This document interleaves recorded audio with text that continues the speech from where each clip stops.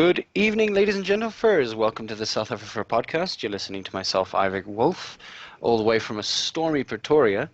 And on my left-hand side is Scratch. Hello. You're either going to be on the left or the right at some point.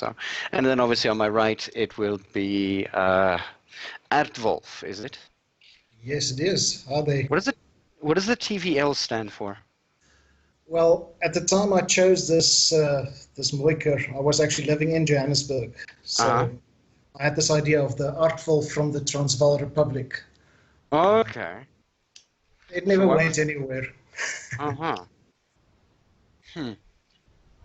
right, so I guess by personal request, you've asked us to ask you what you believe a furry is. This just for some of the people that might be listening from your side. Yes. Well, first of all, thanks for having me. It's a pleasure talking to you. Just for the benefit of friends and family who are not familiar with the fandom, like any other fandom, like Star Wars, Star Trek, it's people who've got a very passionate interest in, among other things, animated cartoon, animal people, animals that walk and talk, wear clothes. It's kind of a grown-up version of what we would watch on the TV when we were kids. Things, and thinking of the local stuff, Jakkals and Wolf. That's a prime example of what a furry would be interested in. It's of course a very broad fandom, millions of members. A lot of people see a lot of different things in the fandom. Okay. And your interests when you, I guess maybe let's walk through how you became a furry, or I guess a fringe furry, if you'd like to call yourself that. Yeah, I guess. An observer. Yeah, observing with interest. Yeah. No, you know what? I've actually thought about it quite a bit, and I think pretty much every kid starts out as being a furry right in the beginning. If you own a TV, you would have seen some cartoon animals on the TV. You'd probably relate to some of them. Of course, with many things, you grow up, you lose interest in things. And I think for myself and many other furries, it kind of grows with you as opposed to growing out of it. Mm-hmm. I think that pretty much sums it up for me. As a genre, I think it's a very creative genre. I think there's amazing talent, artists, writers. Heck, you've got a radio, well, not we have got a radio station. There are several radio stations, the conventions. People make fursuits, which are costumes for the benefit that you wear to become your persona, as per se. Mm-hmm. All right. And you've been in the fandom for how long then? Well, I guess all my life. I only realized there was an official, in quotes, fandom in about 1999. I actually took the scenic route to the furry fandom via the Star Wars fandom, via fan fiction. The internet was kind of coming of age back then.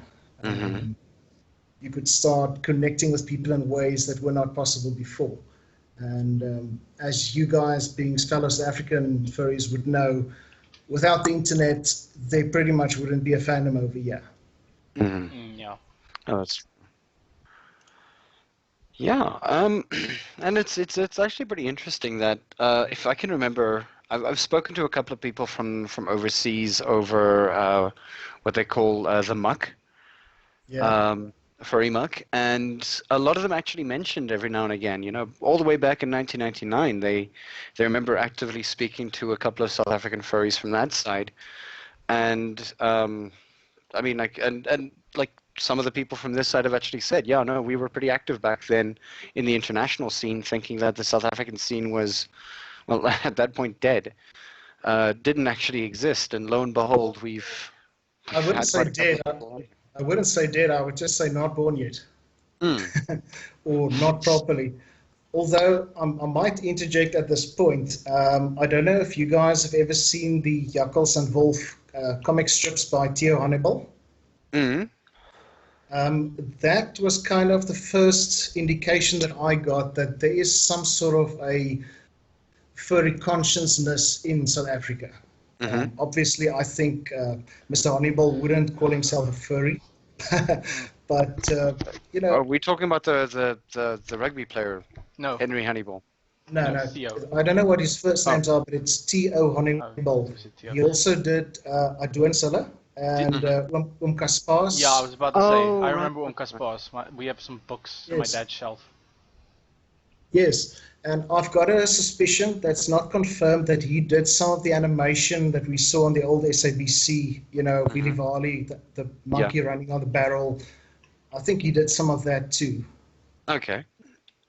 And yeah, he was pretty much relegated to, you know, oh, he does kids cartoons and kids comics. Mm-hmm. But do yourself a favor and look up those books, read them. It's actually very progressive for its time. Maybe just type them into the chat there on First Stream for us. See. Have a look. Maybe they've. Do you know if they've got an online archive? There are images online, yes. I'm not sure if you can actually read everything, though. Mm. Oh, by the way, Yaku, your sister says hi. Yes. Hello. Okay, that's actually pretty interesting. So you've sort of pulled some of your family into this thing as well? It's interesting. Me and my sister both became involved with the Star Wars community back in, I think it was 98, 99. I met a guy in the fandom, the Star Wars fandom, called Brian. He's a dragon from Pennsylvania. He actually told me, you know what, hey, by the way, there's a thing called the furry fandom. I said, oh, interesting. At that time, it was yerf.com, not YIFF, YERF. Remember that.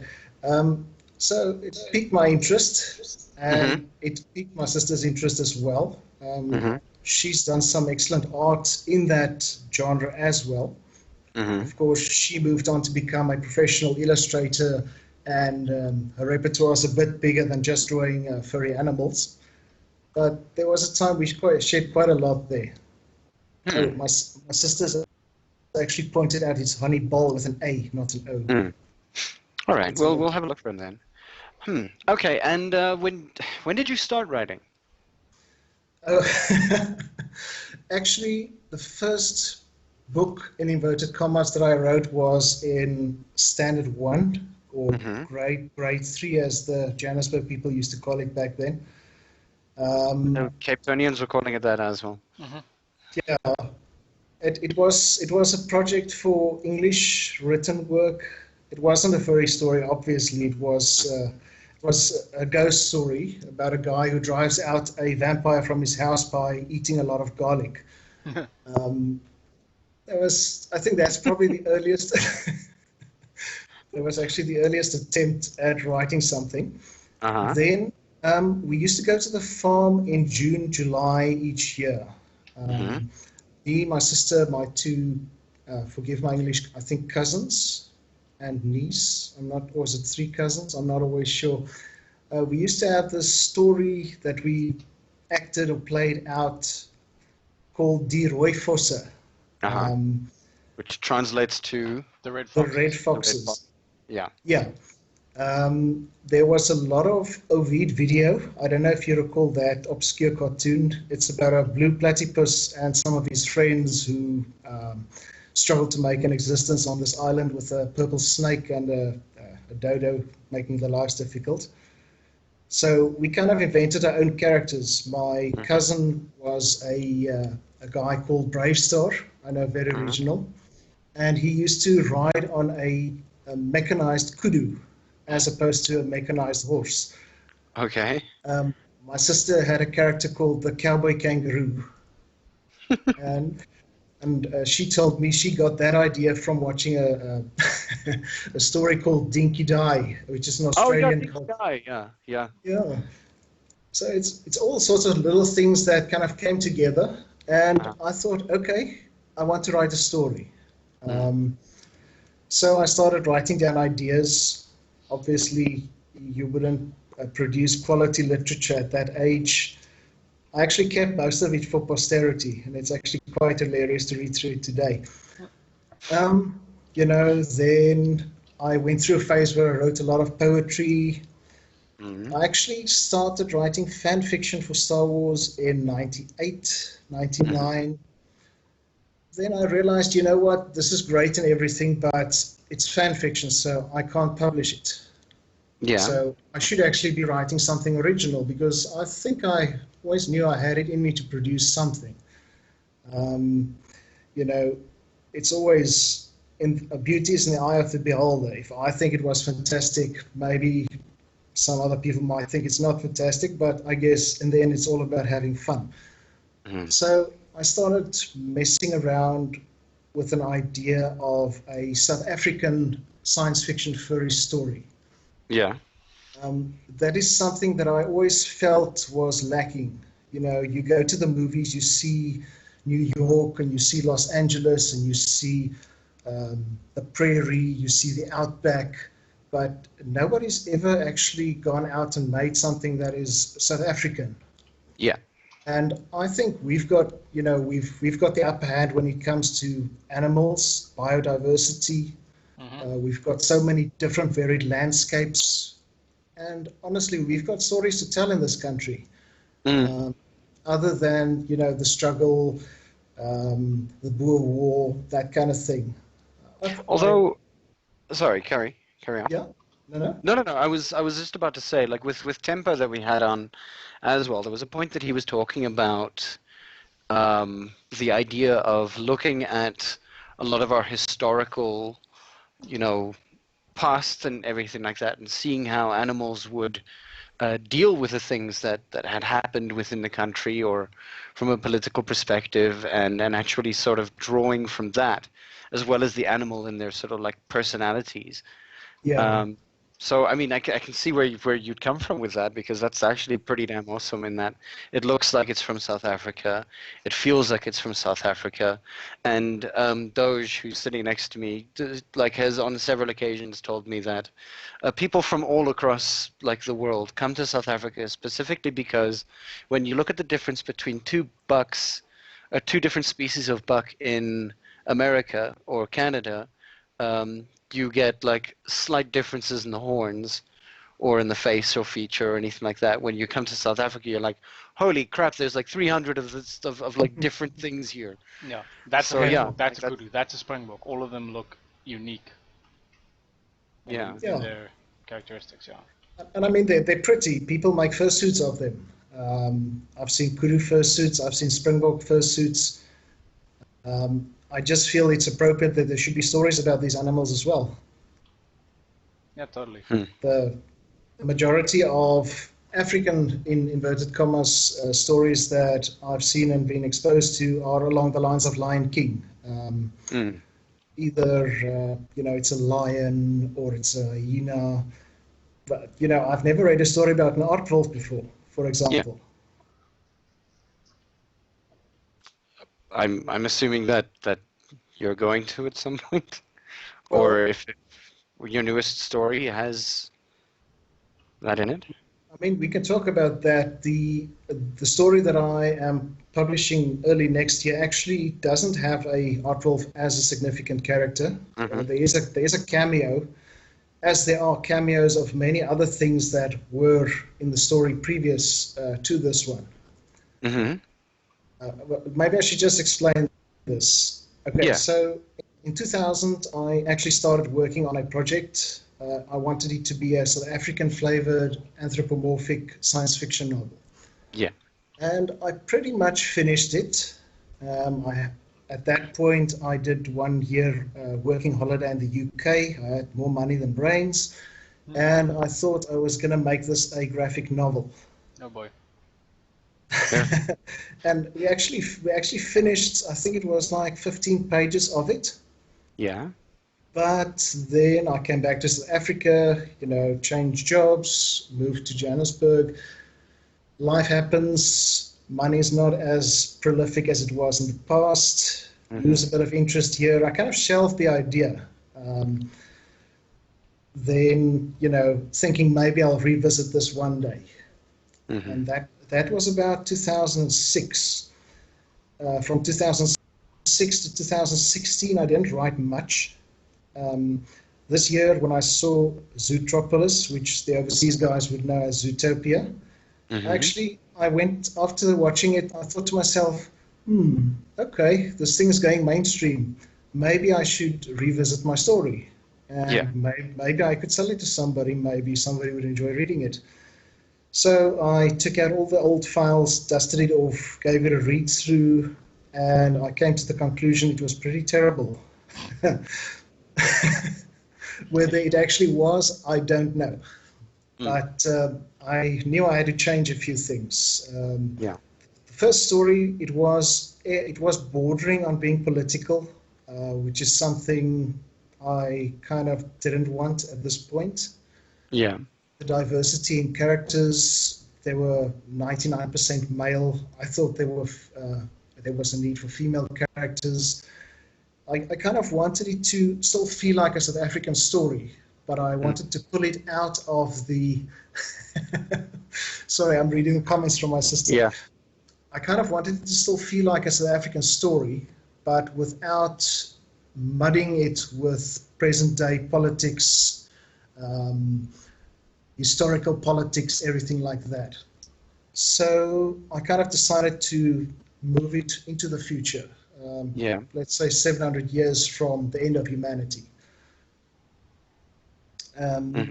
When writing, I find that there's always a few scenes that I would like to have in the story. And I kind of build my characters into those scenes, and then you reach a point where the characters start writing the story on your behalf. Yeah. If I compare the notes that I made when I first started writing on this with what it turned out to be in the end, it's very different. That's cool. All right. And I mean, with sort of like the change of things, with the change of perspectives and things like that, how do you then incorporate? Now you say 700 years in the future. Yeah. Well, okay. Not necessarily from today. I kind of thought that humanity would last till about 2030s, 2035-ish. Sorry. You've not given us a lot of time now, have you? I'm being an optimist here. Though, as you know, the pace at which things were changing the past 10 years or 20 years or 30 years, the world will be unrecognizable to us 40 years from now. I give us until 2025 if Donald Trump remains president. We'll see what happens with that fucking shit show. Yeah. Hey, Katie. Yeah. It's, the idea was that South Africa finally moves beyond the things that bother us at the moment without naming specific things, and that we actually become the driving force of technology and social justice and personal liberty in the world. Well, if you consider the way that South Africa is currently, I mean, the only reason why Elon Musk left to begin with was because of monetary reasons. Yeah. If we consider, the guy who was the first person to just like take a tourist trip to the ISS. Shuttleworth. Yeah, Mark Shuttleworth.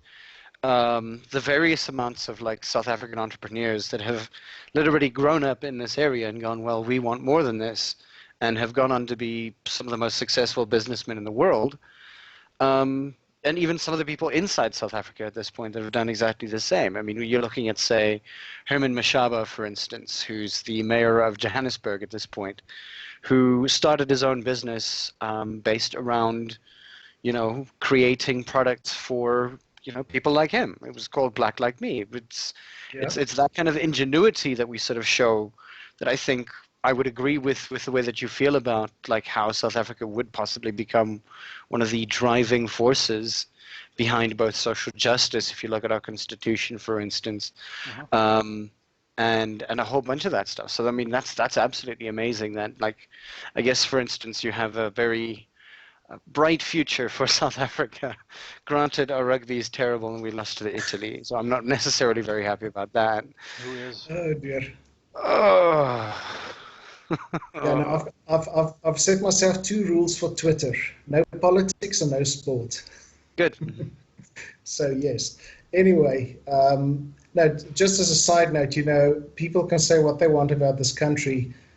If I look at our constitution and what the people in this country are allowed to do and are allowed to be, we're up there with the best of them. Mm-hmm. Mm. No, our constitution's pretty fucking ironclad. I mean, not going into any specific details, certain things that are pretty acceptable or normal, we don't even think about them over here anymore.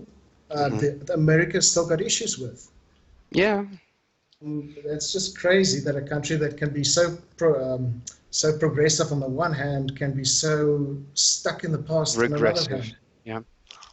Anyway, I'm not going to talk politics. That's not why I'm here. No, it's fair. So, when you were looking at the 2 stories, for instance, and you were looking at how you should change things, like you say that you sort of first start off like building them into a scene, and then eventually the characters begin to write themselves.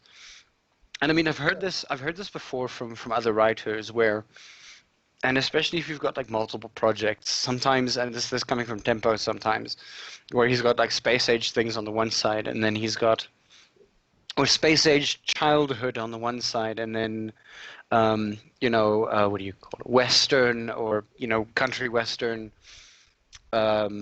rambunctiousness on the other side, and then he has to like swap between the 2 characters, and he's like, at one point going like, no, this character won't necessarily do this, no, will it? And then goes to the other side going like, but that's not right for them either. Yeah. So,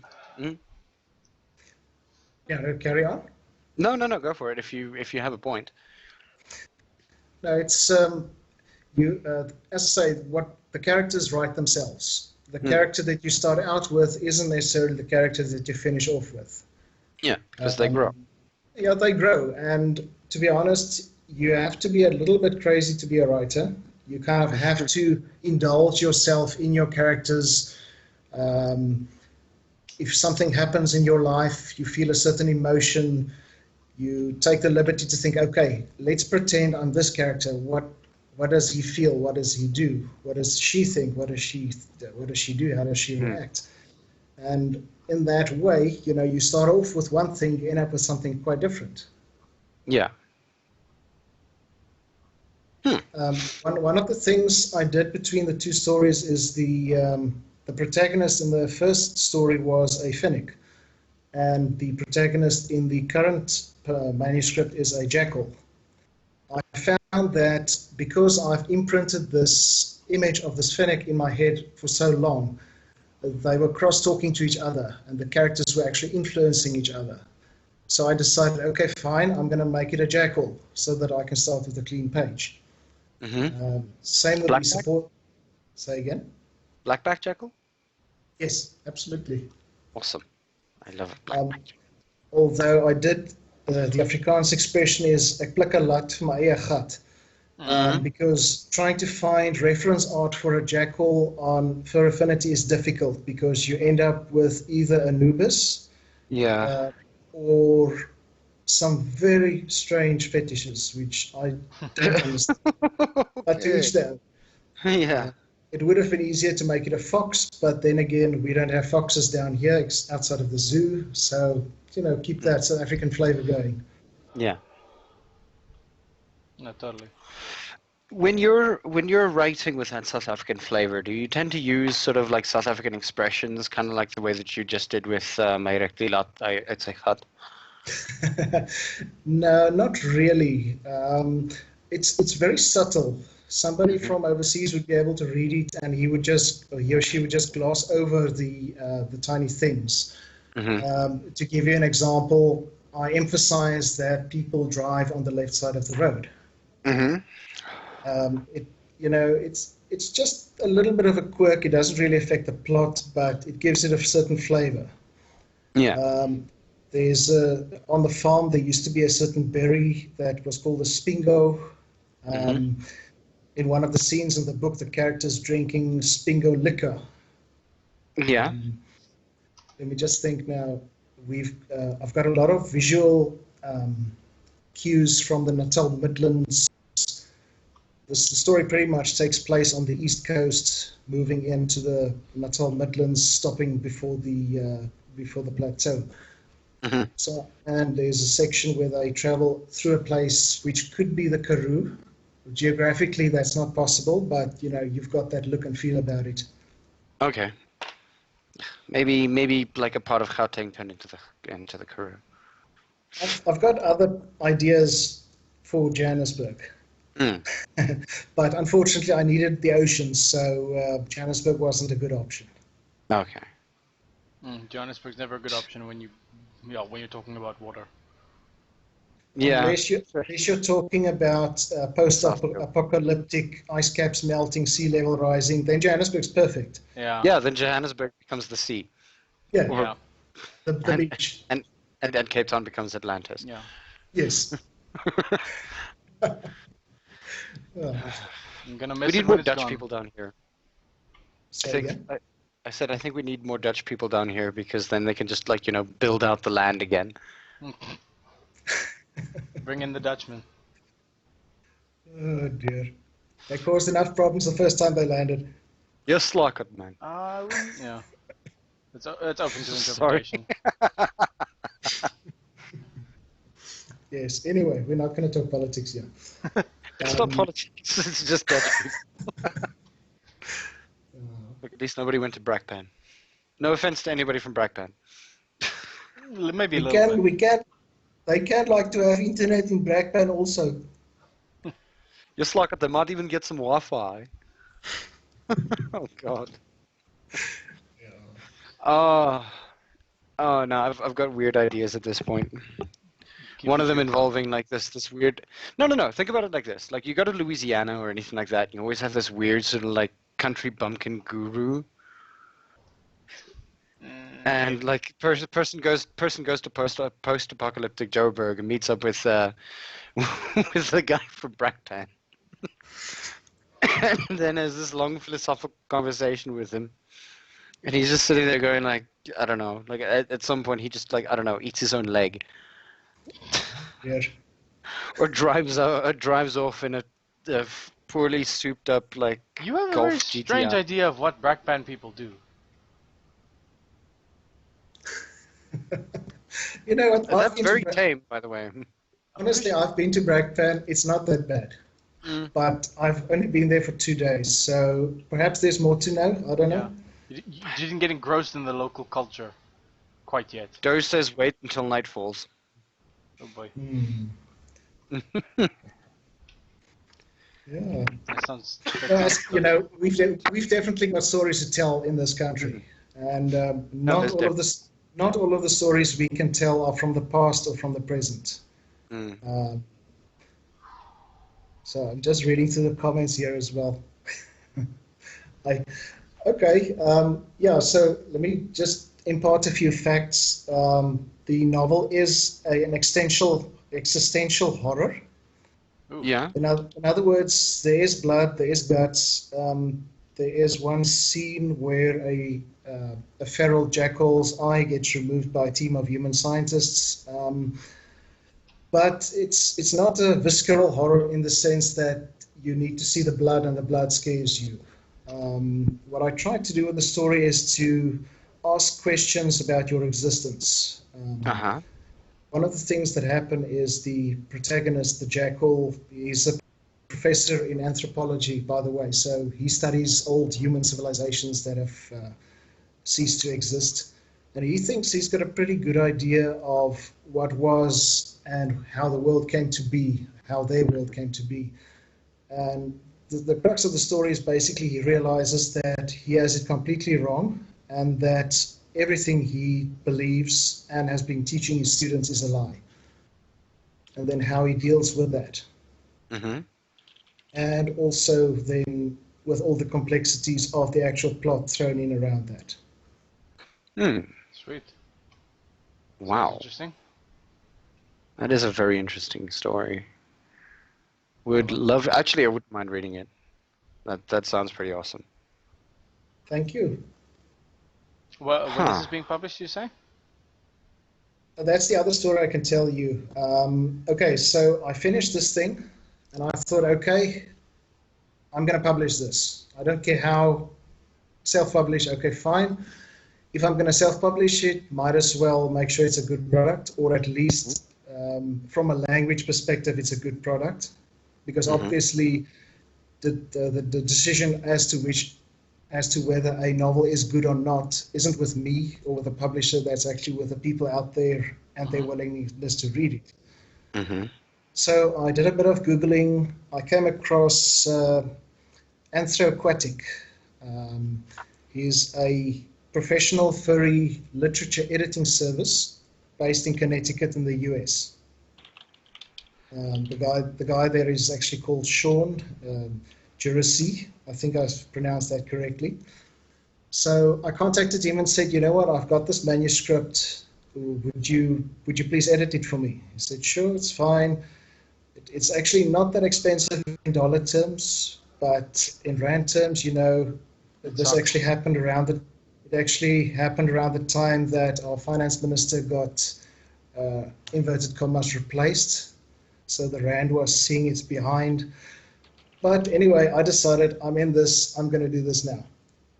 So I sent him the manuscript. Little did I know that he was actually busy setting up his own publishing house called Gull Publications. And I will be sending you that link as well. So the call came out, you know, they're accepting submissions for full-length novels. I said, okay, fine. I'll send it to him once it's been edited. Then what happened then is he actually emailed me and said, you know what? I'm interested in publishing your story. So I said, okay, very interesting. And the implication of that, of course, is that I will not be paying him anymore for the editing. He will be doing that as part of his job description. And he will be publishing the novel in print. And as things stand now, it will be done early 2017, and it should premiere at Furthermore. I think that's in Baltimore. I think it is, yeah. That would be a first launch for an unknown author. So you know what? There might not be fireworks, but if it does take off, the big event is probably going to be Anthrocon, which is either June or July. Well, I mean, if things go well, you could always be nominated. Shut up, cat. Sorry. You could be nominated for what's the word? Ursa Majors. The Ursa Major. Yeah. That's Possibly. always that's something to look forward to. Possibly like getting a nomination for the Ursa Majors. Well, you know. Hell, we'll probably nominate you. We'll actually, you know what? I think I'm gonna make. I'll put out a clarion call. No, please read the book first. You're a South African author that does furry things. Yes. Who needs to read? Actually, that is actually my Achilles heel. I don't read much. Oh, let me clarify that. I don't read much fiction. Okay. I read tons of non-fiction, micros, technical manuals. Something I really like is creepypastas, but they mustn't take me longer than 5 minutes. Otherwise, I just kind of gloss over them. That's why I just listen to them. So as far as getting into the swing of things, I've actually started reading furry books. I'm trying to do one a month, which is a bit difficult with my current situation, which I will clarify as well. But I try, and I've read some very good books. I've read some books that are not so good. But I guess, you know, there's a lot to choose from. I tend to. Has written a book. Spazzy? No. Works with, not with tempo, but works with Kyle Gold sometimes. Ruckus, yes. Okay. Yeah, you should definitely read. What's that book that she has out? Heretic. You should read Ruckus's Heretic. It's absolutely amazing. It's a gem of note. I'm making a note on my sheets here. Hmm. Speaking of tempo, the first furry book I've actually bought and read was My Six as Tempo. well. Okay. No, actually not. It was flip. Escapes me now. Windfall. Oh, Windfall. Yes, Yeah, but Windfall's amazing as well. I enjoyed that a lot. Yeah, there's also there's a Canadian anthology coming out at some point. I know that I've spoken to Tempo about like shorter publications. If you're ever looking forward to maybe writing a couple of short stories and things like that, he's part of Sofurry. No, what am I talking about? Sofurry. Sofa What? Wolf. Scratch. Sofa Wolf. Close enough, really. But yeah, he's part of the Sofa Wolf publications and things like that, and I think it's a bi-yearly publication. I think so. I can't remember. Oh well, but yeah. So I mean, like, there's a lot of things that you can get into after like that publication and things like that. And if it does get, if it comes out with a bang, which I'm pretty sure it will, given the context of the story, and I mean, you had an international guy who was like, oh, by the way, kind of want to publish your book. Yeah. That I think that's a good start. No, for sure. It definitely is. I mean, I was ecstatic. I mean, you know, at best I thought he was going to say, okay, it was good, you know, work with you again. Yeah. No, I mean, yeah, that means he recognizes that it can fit into the market. So Yeah. Yeah, but you know, publishing is all about marketing. You could, you know, a prime example would be 50 Shades of Grey. It's not what I would call literature, No. yeah, it's, but it's very marketable, yeah, and it's it did sell very well. Interestingly enough, I had one of my students finished one of their essays recently, where they compared. Is it Oscar Wilde who wrote it? No, it wasn't. Goodness me, what's the other book that he was comparing it with? Come on, Ivik. Excuse me, I'm just going to go through my files for like 2 seconds. SSEN, Negative Pani, no, it's not him. Thesis marked. Tumelo. He did a comparison for intertextuality and gender issues based around, where is it? The Great Gatsby and 50 Shades of Grey. How do you bring those two together? Interestingly enough, I remember we were talking about it early in the year, and I said I kept on comparing, like, you know, old literature or older literature against something like 50 Shades of Grey. And one of the things that I kept saying is that, like, if you consider The Great Gatsby and you look at the female characters, or many of the female characters in there, and then consider the idea that, you know, it's rich men who tend to either stalk or control their womenfolk. And that, I mean, we've had, 3 different waves of feminism. And yet something like, you know, 50 Shades of Grey comes out and becomes an extreme, like, successful hit. You kind of sit there going, like, why hasn't anything moved forward from here? And how is it that a book this terrible could be written and actually make a fuck ton of money? Yep. I don't know.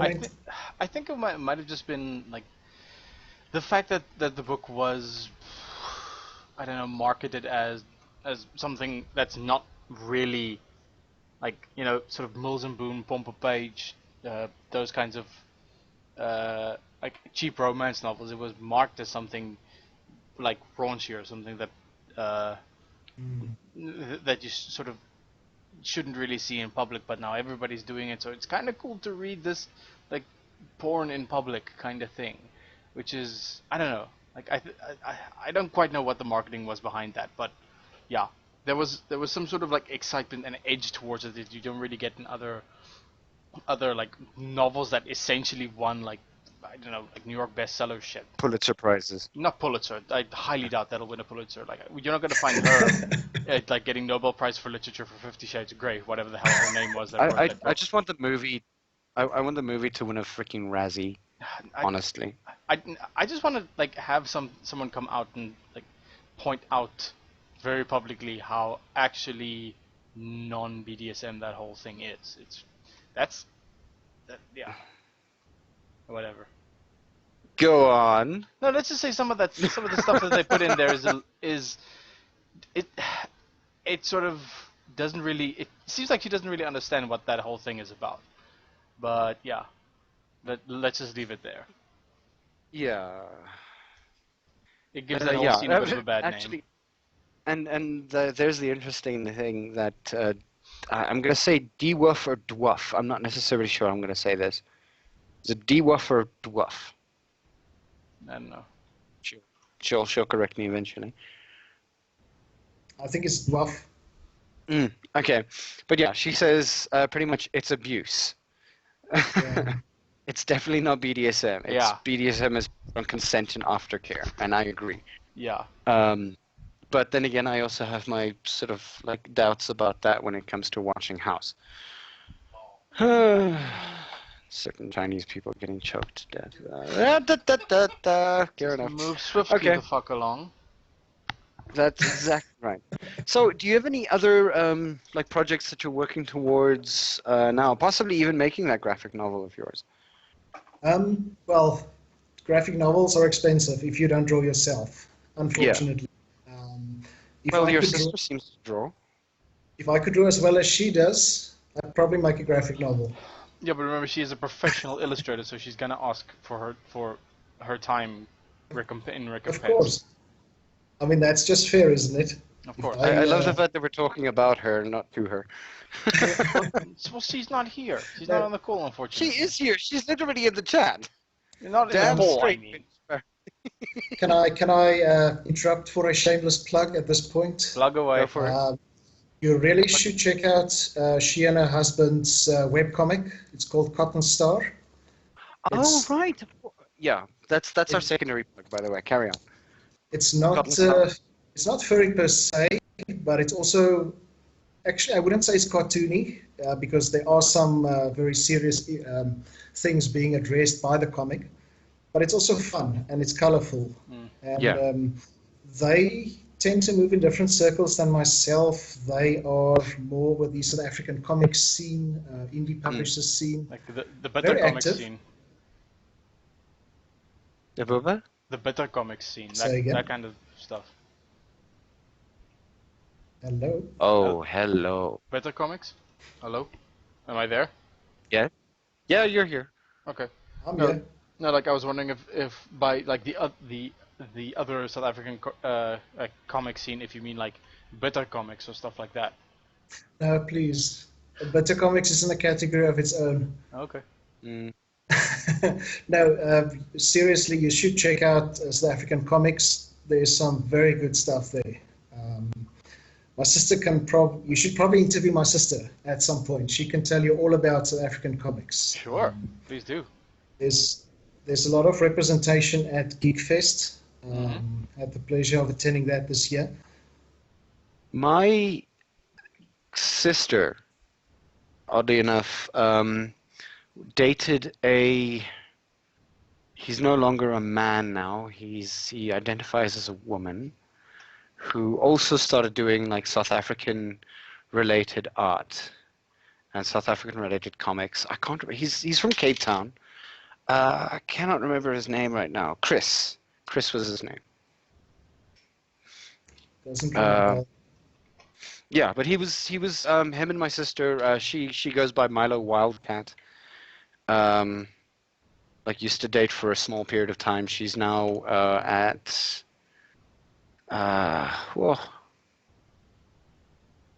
use your words. AAA. Oh, okay. Yeah, but she's been there for the past 3 years, and I've been bitching about it. So you know. Well, I know she's been studying, but I mean, didn't know it was AAA. Yeah, which is why it's so damn expensive. Any case, but yeah, so I mean, the South African comic, like, and as your sister rightfully says, like the South African comic Scene. scene Scene is sounds yeah. more indie, sounds more, I don't know. Yeah, actually, and the thing is, and here's the secondary plug that I actually wanted to do. Obviously, with you, Erdwolf, we found your name where you'd posted on Anthroculture, and the Yes. Anthroculture like website. We'd like to shout out to them just to say like, ooh, well, you know, we found you via that. And I remember, if I'm not mistaken, Anthroculture actually already did a interview with your sister, if I'm not mistaken. They did, yes. Yes, yes. So yeah, I mean, like, and so shout out to Anthroculture for, how would I say that? What? I guess leading us to you to a small extent, and obviously, if they want to have an interview with you, more than welcome to, I'm sure. Because I think that, I don't know, is they're a bit more international, a little bit more international, and a little bit more, I think, professional when it comes to their interviews. But yeah, so shout out to them and Leeward and Tetsudra and everything like that. So I mean, like, definitely some good work from their side to bring Cotton Star forward. But obviously, we're dealing with you right now, not your sister. Although we wouldn't mind having you on here, which would be interesting. Huh. It's always interesting to surround yourself with interesting people. Although I didn't surround myself with that, I grew up with them. And you had no choice. And her husband is also very talented. He kind of took a different route through the internet quagmire. I think he came from the werewolf community. Okay. And what he oddly does enough, that's where I started. Okay. Anyway, moving on. Carry on. Yes. So yes, he does animation. The guy that did the cover for the book is also South African. Tim Jordan. He is on Fur Affinity and So Furry. He's also an animator, and he does lecturing in animation at, I think, no, it's not Wits, it's some university in Johannesburg. UJ? Could be. I must confess, I'm not too clued up on that. All I know is he does lecture on animation, and he does some good art, actually. His style at the animation school. Okay. Yeah. His style has really evolved in my lifetime, in inverted commas. I wish I could show you guys the cover. If you're on my Twitter account, you can sort of catch a glimpse from the side of the image, but I don't want to share it just yet without permission from my publisher. Okay. We are still waiting for the titles and the text, so it isn't even finished at this stage. The art is done. Yeah, no, that's perfectly fine. It's understandable. Yeah. I mean, it's not far away now, is it? It's 20th of the 11th month. Oh, this year must end. And then next year can begin, and then we can just start all over again. Yay! Anyway, I have a secondary question for you. What do you do aside from writing? As in hobbies or professionally? Professionally. And then hobbies. I'm a computer programmer. Before that, I used to do technical support for a large storage corporation, which has now been bought over by some other huge corporation. But yeah, I'm a computer nerd. I guess that's the short answer. Represent. What's that? Represent. Represent. Yes. No comment. Okay. Yeah, no. Ironically, most of the work I do is in Delphi, which is old as the dial-up modem, I think. Oh. Delphi came off the ark with Noah. Why are you still writing in that thing? It's too much effort to port the existing code. Oh, dude.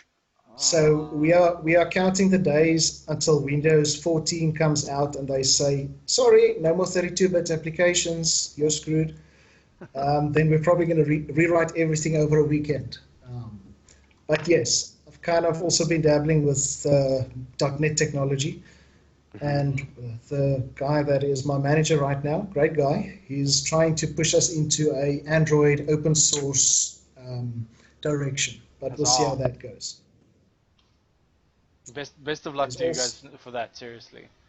I mean, it'll be fun. Delphi. It'll be more fun than Delphi, I can assure you. Yeah, no, dude. Pulling teeth is more fun than Delphi, I can imagine. I mean, you can hardly get the thing to recognize the fact that you've got two monitors. That's all it is. Why?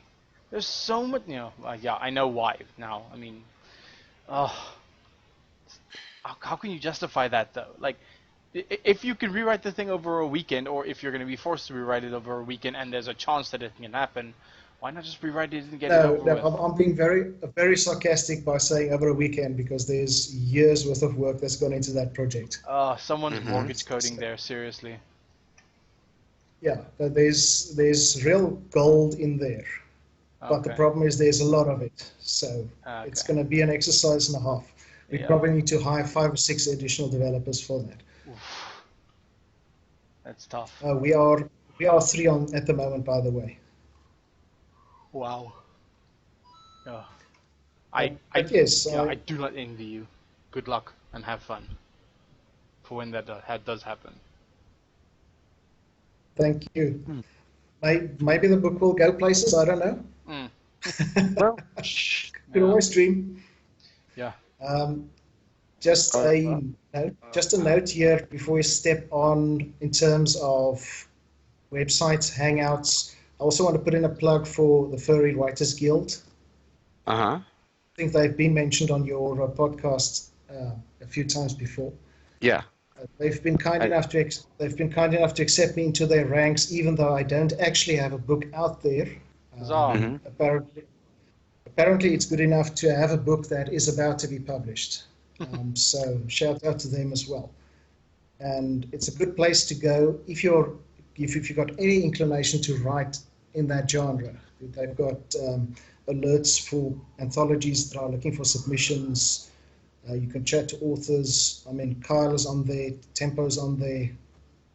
There's a lot of people you probably recognize that actually go there, spend time, explain things, help, beta read stuff. Are there? I've been looking at the Furry Writers Guild, and I was wondering if there are any poetry, sort of like sign-ups. There is definitely poetry, and there's definitely a poetry anthology as well.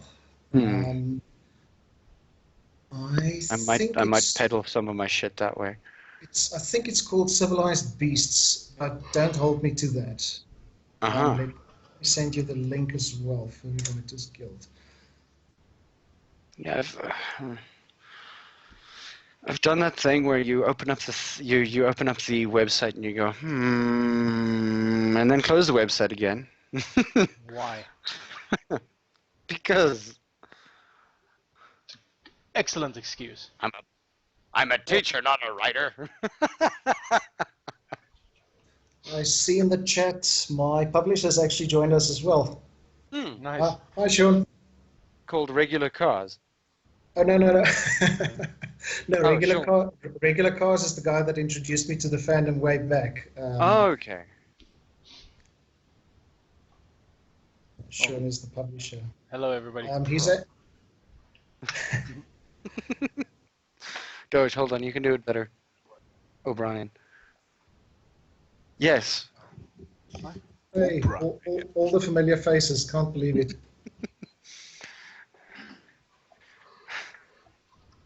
So yeah, you were asking about other projects. I did submit a short story to an anthology, also being edited by Gold Publications.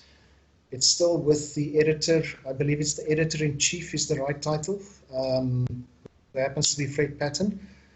He has the final word as to whether the story gets accepted or not. But I'm holding my thumbs for that. Yeah, as are we. Best of luck for that. Thank you. And then I've also got a slightly more risque piece that I'm working on for another anthology that's to be released next year. But yeah, it's in the hands of the editors to decide whether it's good enough to go there. Awesome. I forgot what I was gonna say. This is your whole tone. No, like I forgot. Like I legitimately forgot. It was like, Scratch will be back with you in the next 15 to 20 minutes. yeah. By that time we're off air, but yeah.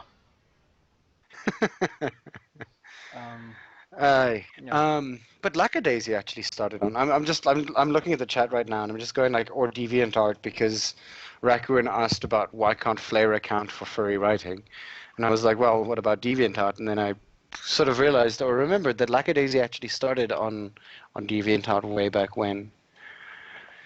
And obviously Lackadaisy only connected to Cotton Star's page because they list the amount of comics that they read, and now I've got 1, 2, 3, 4 of these comics open, and I'm going to be reading them as soon as this podcast is over. It's either that or I'm going to be playing League of Legends, but that's beside the point. Anyway, so onto hobbies actually. Aside from writing, what else do you do? I used to do a lot of DIY, fixing things around the house. Problem being, I don't actually live in a house anymore. We live in an apartment where there's not too much to do. So that was out the window. No, you can't. Yeah. I've had the resident, I don't know what to call her, the matrona, the leading lady, the prima donna, the landlord. Knock on my door. No, she's not the landlord. She's just the person who takes responsibility for everything at the apartments. Oh, body corporate bitch, essentially. Yeah. Well, no, she's a very nice person, and I guess it was unreasonable for me to drill in the walls at 10 at night. But, you know, that is in the past. Raccoon says superintendent. Ah, that's the word. Mm-hmm. Yes, so DIY, I tend to go through phases. Drilling phases, then my sister's cracking me up. Yeah, so I go through phases. A phase I went through recently was baking bread, baking rusks, baking cookies. Baking. You're going to be a smash hit at a furry meet. Especially with cookies. Especially in the States where they've legalized pot. Oh, yes. Well, in South Africa as well, I'm pretty sure that in houses where they've legalized pot. Just temporary. I'm a big supporter of legalization, by the way. Yeah. Yeah. I've never picketed for it, but if push came to shovel, I would probably beat the head in of the one guy who didn't vote for it. You know what? It's probably not the best thing to do, but you know there are worse things out there that are perfectly legal. Oddly enough, speaking of that, if we remember our own, what was it? Was it called the Weed Party? Yes, the Dacha party. Yeah, the Dacha Party. Yeah. Yeah, they're still there. They were going to run for the elections in the Eastern Cape. And then on the cutoff date, they forgot to sign in. I wonder why. Those unfortunate stereotypes. It's a pity we can't do it like they do in the US, where you vote for your political party and at the same time you also vote for these other things. Yeah, other legislation. Yeah. Just capitalize on the chaos and sneak in a weed law. Yes. Absolutely. That's technically what they do on a weekly basis. They have a meeting, and they're like, "Okay, cool. So here's a whole bunch of legislation that we'd like to push. By the way, part of this legislation is this thing." Yeah. And people go like, "Oh crap! Now we have to literally ban the entire thing because it's all part of the same legislation, not just that bit." Yeah. Oh, it's annoying. I would Scratch. Yes. Scratch. Yes. If I ever say that I'm going to go into politics, slap me. Yeah, no, Like, believe me, really hard. I will beat the hell out of you. Granted, yes. The thing is that I want to be in politics because I do want to change things. I just don't want to deal with the daily bitchery. Yeah. Like you want to be in politics, but you don't want to have to deal with politics. I want to be Bernie Sanders. That's all I want to be. Yeah, good. Yeah, good luck with that one. Anyway, moving swiftly along. Yes. Yeah, number politics. Okay, so I still bake rusks for breakfast, which is kind of successful. I still bake vetkoeken. I tweet oven shots every now and then, but it's not really such a big thing for me anymore. I went through a car phase, as Brian might appreciate. But a hobby that I'm still quite heavily into is trains. I like trains. Not trains specifically, but railways. In the story that I like trains. I love trains. No, not like that. How would you even? I'm sure if you Google, you'll find something. What a morph? I'm sure the first one. You're a mechanomorph. I'm not, but I'm sure some people are, and I'm perfectly okay with that. So I tried in vain to travel by all the railways in South Africa. Problem being, most of them are closed or disbanded or broken, and it actually costs a lot of money to go on a steam excursion. Yeah, no, it does. There's a guy in Germany who we had on that actually Raccoon poked us to, who also really loves trains, and also is what do you call him, a barefoot or what? What do you call him? I don't know. Man, but I know who he is. I forgot his name. What, barefoot hiker? What? Ow. Yeah, keep doing that. Yes, it'll come to me eventually. Yeah, it's in the chat. He's a snow leopard. He was on our podcast. He likes walking barefoot. Yeah. He loves trains, and oh, I completely forgot. I know who you're talking about. Unsi.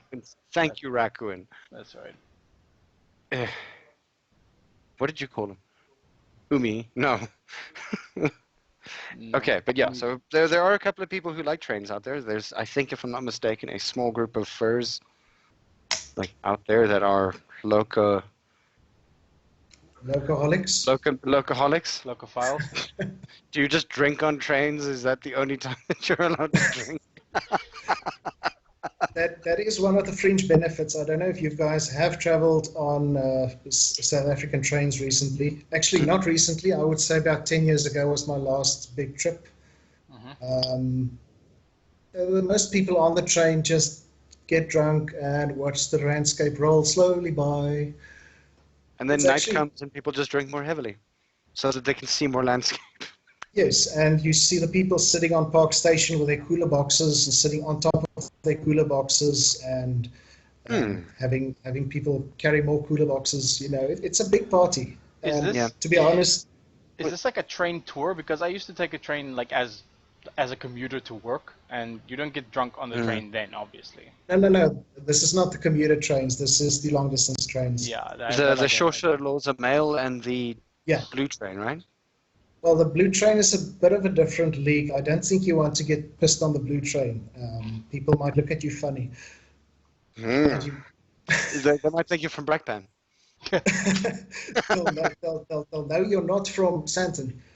Oh, and the Bosveld train as well? I did that one. I went to Hoedspruit with that when it was still running. That was also a very nice experience. They only have third class accommodation on that. Oh. Lame. By the way, there's the trip I want to do next is the trip from Prince Albert Hamlet through Ceres to Wolseley to Cape Town Harbour. But that's amazing, but it's about 3,000 rand per person one way. So, you know. What? Fly up. You'll save like 2,000 rand. Yeah. Yeah, you know, it's the coal and the oil and the expertise. You know, it's not like the old days where every Jack and his dog had the ability to command a steam train. Yeah. And there's licensing implications. There's red tape. You know, when you deal with the state, there's always red tape, and they own the railroads. Just Anyway. screwed up. Besides the point, rail is the primary means of transport in the book that I wrote, other than walking and taking a bicycle. So I've kind of snuck that in on the side. Oh my God! What?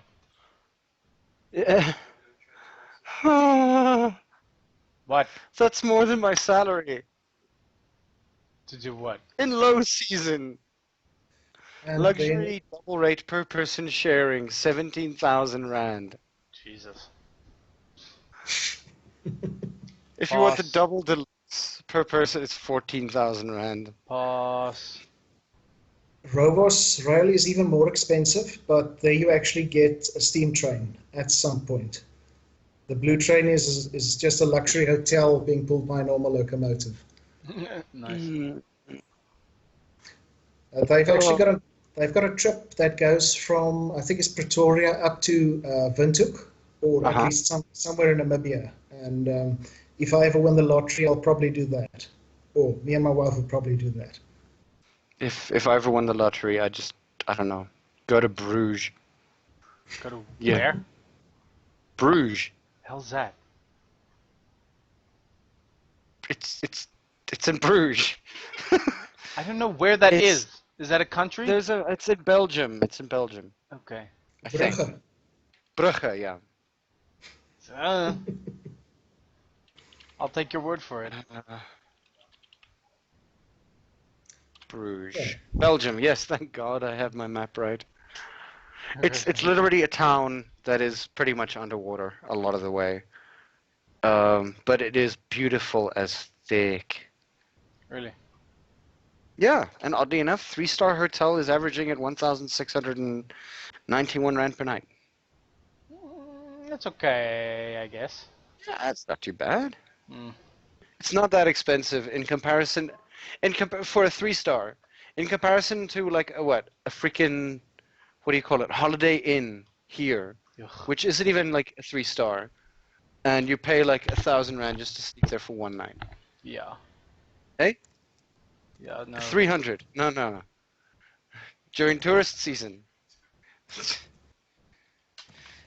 Anyway, moving on. Yeah, so trains. Before the train phase, I went through a early electronics phase. Yeah. I don't know if you've ever heard of the book called Spacecraft Stratus. No.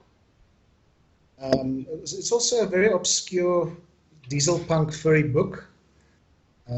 Read that. The electronics that they use in that book is kind of the era that I was interested in, sort of between the First World War and the end of the Second World War, where they used to have these electron tubes. Looks almost like a light bulb. Oh yeah, vacuum tubes. Vacuum tubes, yes. I think the Americans call them electron tubes. Okay. And the British call them valves. I used to collect these. I was building a valve amp when I was in school. Never finished it. I promised myself I'll do it before I retire, but now with the kids, I'm not so sure if that's going to happen. But anyway, I've still got some display pieces in my garage. I try to incorporate that in the book as well, but unfortunately, the electronics in the book are not that evolved yet. They pretty much use electricity for lighting, and that's it. Yeah. No, I can understand if it doesn't fit with the theme, then don't try and force it in. No, I tried, but for the sake of keeping the story cohesive, I had to leave that out. Okay. A shame, but understandable. But might do it next time around. Who knows? I mean, yeah, how far are you from like tech sci-fi? Say again? How far are you from like sort of high-tech sci-fi, not like sort of diesel punk stuff? I'm actually thinking of writing a prequel to this book. That would be squarely in the cyberpunk genre. Uh-huh. Although I try to stay away from the very stereotypical things you'd find. You know, for example, I'm trying very hard not to write somebody walking around with VR glasses. I'm trying to think about what society would look like because of the abundance of computing power. Yeah. You know, and also something that always fascinates me is the You're breaking up a bit. train. They make nice sounds, they make a lot of noise, they make smoke, but inevitably the trains affect the societies through which they run. It affects the social fabric of the world they operate in. And in the same way, computers are affecting us today and will do so even more in the future. Yeah. And that's kind of the things I want to place emphasis on in the prequel. That makes a lot of sense. Yeah, that's pretty cool. Huh. Oh. Sorry, this storm is ramping up. Oof. Oh, I really miss that. I miss the thunderstorms. I don't necessarily miss the thunderstorms. Yeah. I have no love for thunderstorms. Part of the reason why I do like Cape Town. Yeah, Doge, I moved up here, and when I moved down, I still remember that I used to like cower at thunderstorms. I still do every now and again. There was that wonderful one time that I walked out to the balcony watching the storm with Asbjorn like directly behind me as well. And a lightning bolt struck what seemed to be about maybe 300 to 400 meters away. And it was flash and thunder almost immediately. And I lost all use of my legs. No, not bladder control. I'd need a lot more for that. Like, yeah, no, I lost the control of my legs. I fell flat down and curled up into a ball and waited for myself to die. Well done. Sounds like me on a Monday. You're welcome. Tomorrow's Monday, by the way. Don't. Thank you for reminding me. I spent 9 years in Johannesburg, and you know, it might sound crazy, but there are certain things that I do miss from Johannesburg.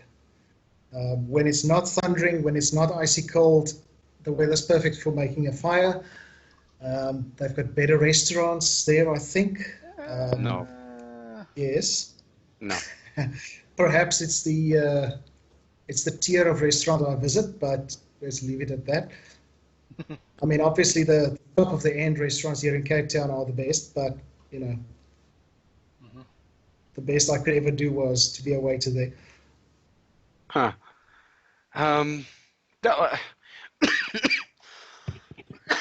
Sorry. I just know that. Sorry, Bohemia is by far a better restaurant / pub than my other haunt that's down here, which is Blackwoods. Really? Yeah. Nice. Believe me, like Bohemia pizzas, absolutely miss them so much, and those tiny little burger things. Yeah. We still need to do that next time you come down, by the way. Like, actually go to Bohemia. Yes. Preferably in the holidays when no one's there. I'll tell you the sad story of my life. With my previous company, I used to travel a lot. You know, 2 or 3 overseas trips a year. I go to Johannesburg, you know, they'll have a meeting. Oh, everybody flies up to Johannesburg. But then I always had the opportunity to go to all these old spots that I used to go to when I was still living there. The company I work for now, we don't travel so much, unfortunately. Shame. And this, you know, speaking of going overseas, that's kind of out of the question. We're too small for that. You know, with a small company, it's got other benefits, but yeah, traveling is not one of them. By the way, I can recommend Fratelli's Pizza in Craighall. And for the benefit of the guys in the US, we had Hooters in Cape Town, but they closed down. Yeah. Chicken wings, 1 liter beer drafts. I miss those really badly. Was that the one in Belleville? That's In the one Edward on Street, Edward yeah. Street. Yes. Well, Yeah. I suppose Dungus Buckley still does 1 liter drafts if you ask them nicely. I'm sure they do, but it's not the same. Yeah, and it's not the same with it's not the same with the misogynistic. I'm not talking about the ladies though. Yeah. I'm really talking about the quality of the food. Strangely enough, Hooters was my wife's favorite place as well until they closed down. We used to go there, gorge ourselves on onion rings, wings, shrimps. Curly fries. And now I'm not a big fan of them. Really? Okay. So yeah, nowadays, we've got 2 kids in the house. Unfortunately, that kind of limits the places that you can go. Yeah, I feel so old. Go to Blackwoods in Pretoria. No, seriously, go to Blackwoods. It has a play place. People leave their children there until 11 o'clock in the night. Well, if you do that, you might as well go to Palms, like on Bottlery Road, which does the same thing. Yes, I love the Palms. Oh. We had our reunion there. Scratch. Yes. If you haven't, if you know Bottlery Road, you should go to number 96. Is that 96 on Bottlery. Well, okay. I have no idea what. Where they literally they walk the stake out to you to show you which one you should pick. Wow. Okay. Yeah. I'm never going there again, but yeah. Why have I never heard of that place? Is that the place? Is that across the road from the Palms? I'm not sure. I think it could be, but I know that it's number 96 on Bottleray. It was just outside Stellenbosch. Oh, I remember getting not. picked. Yeah, I got picked up by my lecturer, and he took me there. We had steak, and oysters. Lekker. And I went home afterwards. Good on you. Luckily he did. Anyway, moving right along from that one. Yes. It's very traumatizing. Very traumatizing. My bachelor's was actually, we obviously went to many places, but the first place we went on my bachelor's was Hooters. And the last place I remember going to was the little place across the road from the Palms. If you get to know me better, my sister's husband could probably show you pictures of me in a wheelbarrow. But yes, we'll have a chat about that when we get to know each other a little bit better. In a wheelbarrow because of, like, paraplegiskaya? Because of the inability to use my legs. Yeah, I figured as much. Nice. Yeah. Yo, I don't think that's ever happened to me. I know that I got drunk enough to. Oh, that's a wonderful story. It was my 21st. Oh boy. I was with. I was with the short one at that time. Like the terrifyingly short one. The one had like she had half dwarfism. She said this to me. Okay. And I remember going home, being carried by a very tall person, and her. Okay. And because and they just started removing the trees out of that main road. So there were these massive holes where bricks were on one side and in like that little sort of square thing. Stellenbosch now. Yes, Stellenbosch. Okay. Remember they were removing all those trees along that road. Yeah, they're still doing it though. Yeah. I was jumping over every single gap while being carried by people. Wow. Didn't fall over once. I'm very happy. Yeah, congratulations. Meanwhile, we go up with one guy. He's like not nearly as drunk as that, and he fucking tears his ligament in his ankle. Well, of course, then again, there's that evening where you got hit by a rock in the forehead. Yeah, that also happened. By the way, just for the benefit of those listening in from overseas, I don't think we're quite as bad as the Irish. Yeah. Or the Russians. We just have a Joel. We've got a lekker tyd. Yeah, it depends on what kind of bar you go to, obviously. I mean, if you're going to go to a, what do you call it? What's that pool bar? Scratch? Stones. Stones, yes. If you go to Stones, you're going to look, nobody's going to look for a fight. A fight will just spawn. Yeah. And then a bouncer will get involved, and then a girl will get spiked, and then a guy will get spiked because he took the girl's drink, and then there's going to be a brawl around about 2 o'clock in the evening, and somebody's going to like pronounce the fact that they beat a South African champion there while playing pool. Yeah. Stones is a weird place. We don't go to Stones anymore. It's a hole. Yeah. No, dude. The Lapa's better than that. Well, Stones. Yeah, I know. Stones is a franchise of a dive bar. At least like Babushka's is an actual dive bar. It's a dive franchise. Yeah. Like Babushka's in Durbanville is like an actual dive bar, and I fucking love it. Yeah, but yes. But Babushka's reminds me so much of De Lapa, though. It kind of does, yeah. Like singular bar, like a singular pool table, like a whole bunch of 20-something people there, all reminiscing about high school for no apparent reason. Everybody's just there for a chill time, yeah, and nobody really wants to dance, and everybody else plays metal.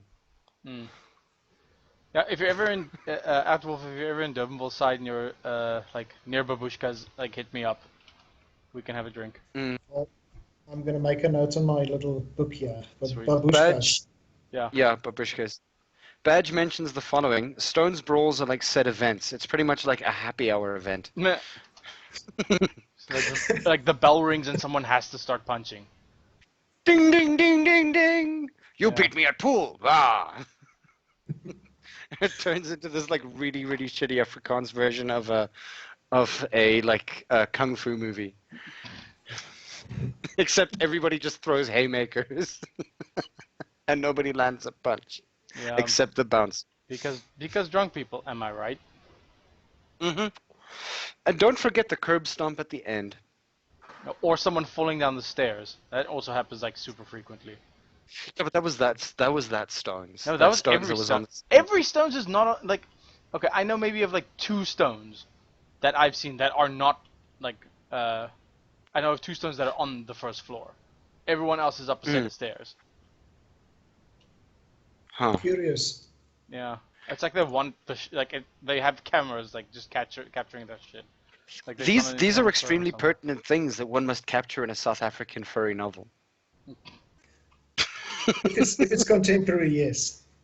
Yeah, I'll write it over the next 20 years. Oh, don't laugh. I think there's a story in every one of us.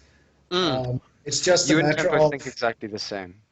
It's just a matter of, are you going to sit down, take the time to write it, and to what extent are you willing to apply the technicalities of making a story that's readable and would appeal to the audience.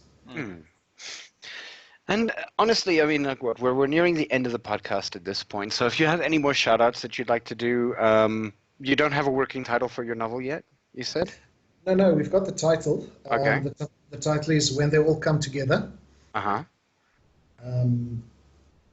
out early 2017. Early 2017. Probably launched by... I always get confused between MFF and Furthermore for some reason. Yeah. And then if things go my way... Sorry, I'm laughing at the comments here. Sean says late April Furthermore. Yeah, if things go my way, which I'm not going to commit to at this stage, I might be going to Anthrocon with my wife. To have a good time, obviously. But if the book does take off, it'd be interesting to meet some of the people who've read it, hear some opinions about it. Of course, it'd be very interesting to meet Sean and his husband. Some of the other names that I've only known through the comments at the Furry Writers Guild. Sorry. I love hearing that word. What? What? His husband. Oh. It's cute. Anyway. Anything else that you'd like to talk about? Obviously, your sister. Well, you could always go to Eurofluencer as well. Yes, though, if you've got one shot, you might as well take the best shot. I'm not saying Eurofluencer is in any way less, how should I say, less prestigious than Anthrocon, but Anthrocon's kind of special because that's the first convention I ever went to back in 2006. And I remember walking down the aisles of the dealers den and thinking to myself, damn, I want to be here and I want to be selling my book here. And I would sit in the writers' workshops and I would think, damn, I'd like to present these things too. Obviously, it would be nice to be able to do so from a position of authority, which is not something I've got at this stage, or might not have. It's all up there. Mm-hmm. My wife bought... sorry? Just as a South African writer, you pretty much have a specific amount of authority. Maybe your first book, but you can talk about your experiences. Mm-hmm. And all you really kind of need to do is, what's the word? Apply as a person who would like to have a wow, the word escapes me again. What's that word that you used? Authority. No, the other one. The one where you're actually doing the talk. A panel? A panel. There we go. Yes. Thank God. Ah. You and your words, man. I think there'd be a lot to talk about from a South African furry perspective, if you could convince people to actually attend the panels. Yeah. I'd attend the panel online. Online is good enough, but you know what? By the way, my wife probably has got no idea what a furry is or that I've got any interest in them. I mean, I've shown her the artwork and I've told her about my story, but I don't think she really understands it at a very deep level. So I think it'd be quite a mindfuck for her to go to Anthrocon and see all these crazy people walking around with these crazy suits, people talking a language that superficially resembles English, but not really. I think it'd be a great experience. Yeah, just like I'd videotape her more than anyone else at the con just to see what she does. Oh, hey, honey, we're going to go see a completely different culture. We'll be back in June. Yeah. Just have like a GoPro reverse mounted on her head. I think she'll like enjoy a little arm fixed it to her head, yeah. Give her a cap. And the other thing, of course, is my daughter's, she's, I think, 15 months now. She's at the point now where she's starting to understand things. She doesn't really understand them, but she's kind of taking in things. I think she would have the time of her life if she saw the fursuit parade. I think she'd go ballistic. She loves animals, to the great detriment of my mother's living sausage dog, who hides under the bed and on top of the bed and in the garden every time we visit her. Shame.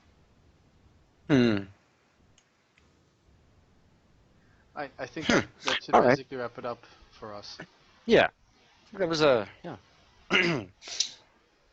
Oh yeah, that's about it. Above and beyond that, obviously we have issues with Furry.fm. Those of you from Furry.fm who are having a listen, we're unable to log in at this point, unfortunately. So that obviously also means that those of you who might be waiting for the south-afrifur music stream to start from that side until 12, we're gonna have to take another rain check on that. Yeah, ain't gonna happen. I do apologize. Yeah, ain't gonna happen. But yeah, we'll definitely see you guys again next week's Doge. You organized next week? Who is he? Currently going by the name of Project Ego. Okay, the guys who did Project Ego. Oh yes. With Spazzy Husky doing the artwork. We managed to catch them on one of their streams that they were doing. And Doge poked him relatively hard, I think. not really that hard. But yeah, so the guy named Project Ego up until this point will actually be joining us next week to tell us a little bit about that project, and yeah, that's going to be pretty damn amazing, I think. I am copying, pasting a few links for your interest. Yeah. Just while we're finishing off. But yes, I really like to say thanks, guys, for having me. You know, it feels strange talking about something that is not actually out there yet. But yeah, I'm super excited, and I really appreciate the publicity. It's all good, man. Always good to help out like someone who's trying to rise up the ranks here. I really appreciate that, and I'm sure many other people also appreciate that. Yeah. Let's hope so. No, well, yeah, well, yeah, like you said, let's hope so. But yeah, thank you guys all for listening, and thank you again, fuck me, Erdwolf. It's getting late. Well done. It's a rough weekend.